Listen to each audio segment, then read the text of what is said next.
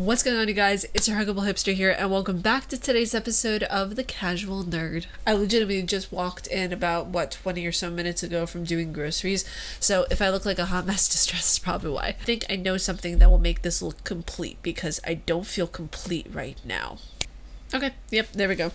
Yep, I like it. Also, by the way, I don't know if I can, if you guys can see, there is a RM moon pin here, by the way. Shout out to my friend Erica, my bestie, my soulmate. She's amazing. She got this for me for my birthday, I believe. No, it wasn't my birthday. It was Hanukkah that she got this for me. And my Cyberpunk pin. Gotta represent Cyberpunk 2077. So yeah, let's get into this video, you guys. We're gonna have a lot to cover today. It's gonna be a little bit of a later upload, so sorry about that. But first, we're gonna be going over the new Warframe trailer for the PS5 that launched a few days ago. I'm excited. Let's go into this trailer. I'm really looking forward to seeing what you guys think, because not just for the trailer, actually, for the audio, I really want you guys to let me know if you see a difference, because for the trailer, since I told you I had to use like 2 separate microphones for recording trailers and then recording other stuff and yada yada yada, bullshit, tech, I'm going to be using my Audio Technica to record with the trailer. Let me know if you guys see or hear, not see, but like hear a difference because after the trailer is when I'm going to be using the Razer microphone. So yeah, let me know down in the comments below what you guys think. Let's get into it. I'm ready. Kaboosh. Peggy 18. Just getting into Warframe, by the way. Absolutely love it. It's so good. So good. They grow up so fast. And just when you think you know them. Oh, they made everything so much brighter. Okay. Oh, those textures though.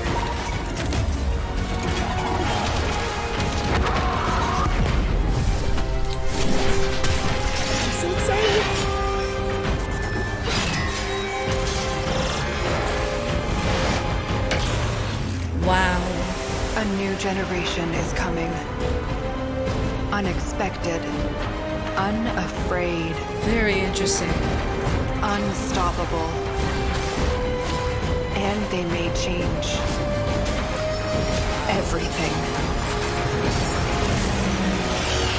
This is gonna be so intense to play through. This is gonna be so amazing. I'm so ready.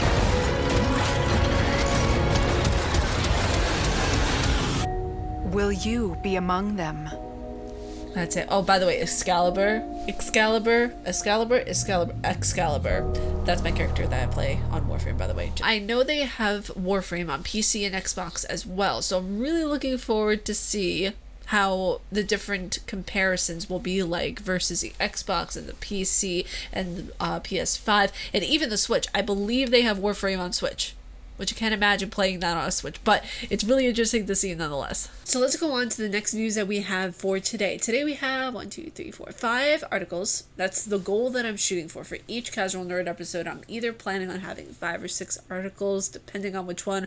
I'm even doing something that I think Fully D did at a certain point. I don't know if he still does it, but he has like mystery article of the day, which I'm thinking of doing one where you guys don't know what it is. Only my Patreons will know what it is. So if that's more of an incentive for you guys to sign up to Patreon, click that link down below. But I don't know, I really want to be able to try to like have you guys more interested in like different types of things that I can't really necessarily talk about because they might be too trigger happy, and I don't need people down in the comments being all trigger happy. I mean, I love it whenever people are trigger happy, don't get me wrong, but still, there is a time and a place, and I need to know how to read the room. So first up, we're going to be talking about the Blobber team and how their new game Medium is banned in Australia, which doesn't really surprise me considering the fact that in Australia, the game Outlast 2 was banned as well.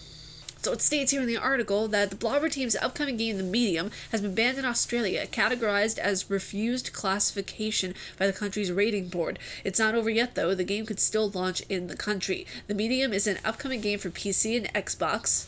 With a vibe very similar to Silent Hill, players take on the role of the tutelar medium, a woman with the ability to simultaneously exist in both the real world and the spirit world. The dual existence is represented through two simultaneous worlds being rendered side by side. Your actions in one world will affect the other. Of course, not everything in both worlds is exactly the same. Now, it states here the reason for refusal is that games, the computer game, is classified RC in accordance with the National Classification Code, Computer Games Table 1A, as computer game that depict, express, or otherwise deal with matters of sex, drugs, misuse, or addiction, crime, cruelty, violence, or revolting or abhorrent phenomena in such a way that they offend against the standards of morality, decency, and property generally accepted by reasonable adults to the extent that they should not be classified. So then why was Resident Evil 2 or 3 accepted in Australia? I'm really curious because I have friends who are streamers in Australia and they're speedrunners who play Resident Evil 3 and 2 professionally.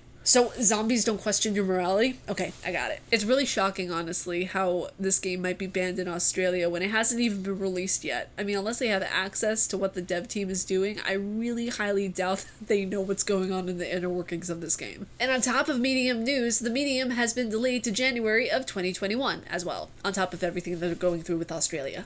This is a little bit of short news, but just expect it to be out January 28th of 2021. So next up, we're going to go into some PS5 news, and this is going to be either a hit or miss for some new players of PS5 or some players of PS4 who are transferring to PS5, where PS5 games can't be stored on external hard drives. It states here in the article that PS5 will support USB external storage from day one, enabling users to play PS4 titles not stored on the next-gen console, but PS5 games can't be moved to external hard drives in order to free up storage space, GameSpot reports. Which is weird.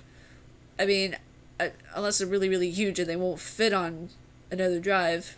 I can't imagine that though, but that's really, really weird. This is in contrast, however, to the Xbox Series X and S, which enable players to use external hard drives to house next-gen games for transfer and play on console. PS5 reserves approximately 20% of its 825GB internal SSD storage for operating functions, leaving only around 664GB as usual software, so you can store things, what have you. With things getting increasingly bigger, games are increasingly getting more massive in size, in density, and just how amazing they are.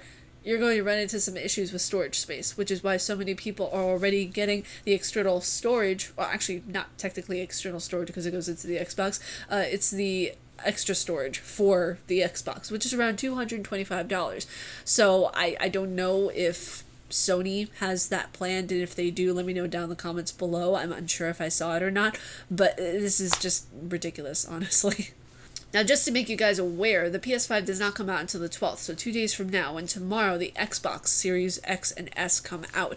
So you're gonna have some competition no matter what. I mean, you know, people are going to be all console warish and just let them, okay? Don't argue, don't get into their banter, okay? They're just looking for a fight. You really have to be adamant in a lot of us just sticking our ground and staying in our lanes and enjoying the console that we bought, because a lot of people are gonna get trigger happy and not in the good way. And also, I do want to add here that it states that Sony confirmed on Thursday that PS5 sales at launch will be online only, with no units available in stores until November 12th. So all those pre-orders that you got online, you won't be able to get anything in the store until the 12th. So it'll be really interesting to see how physical sales go versus online sales. So next up in gaming news, we have Bethesda dev might have accidentally confirmed the Starfield release date. So for those of you who are Starfield fans, you guys must be excited, right? I don't know what Starfield is, but you guys must be excited. It states here in the article that Starfield has remained one of Bethesda's most secretive projects to date. The now Microsoft-owned publisher has only released a cryptic trailer of the space-themed back in 2018 and dropped a few vague hints about what it'll entail. But all of that changed Thursday morning when Bethesda managing director Ashley Chang may have inadvertently confirmed months' worth of Starfield leaks, including a release date window. I mean, you know, the person wore a shirt, and then the shirt managed to link up somehow with a logo that was in the trailer, I believe, to what the astronaut was wearing. So a lot of, you know, conspiracies, Illuminati, confirmative type stuff. Whenever it comes to leaks, whenever it comes to rumors, unless I see it, and it's tangible, then for me it doesn't exist. That's just how I work. That's how I am. But whenever I see something like this, I see merch, and I see something that can be cross-referenced in between a video game trailer and something that's IRL in real life. I can't believe I just actually said IRL.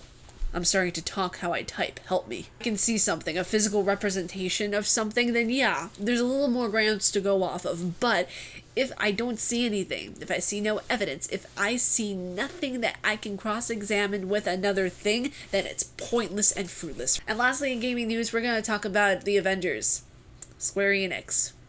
$63 million in loss. Now, it states here in the article that absolutely no one could have predicted this. The Games as a Service, GAAS, gas, or as it's spelled there, gas, plan of Marvel Avengers, where players are expected to continue to purchase microtransactions for the sole purpose of playing as superheroes, has somehow fallen flat. Microtransactions are going to be the beast of everything.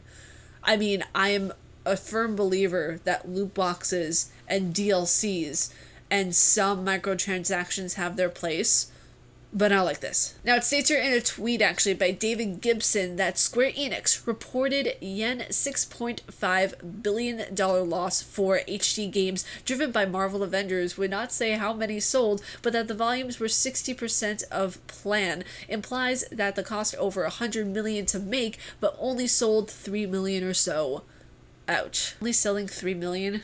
I mean, that's really bad for that even. That's still a lot of copies, but that's bad. Now, it continues on stating here for, to translate the, the yen and everything like that. The reported 6.5 billion yen translates to roughly $63 million, to be more precise. This appears to come from the earnings release coming from Square Enix today that overall project a strong financial situation as expected from Square Enix. I mean, everybody was so hyped for this game. It's really sad to an extent to see that it took such a crap dive, to be honest with you guys.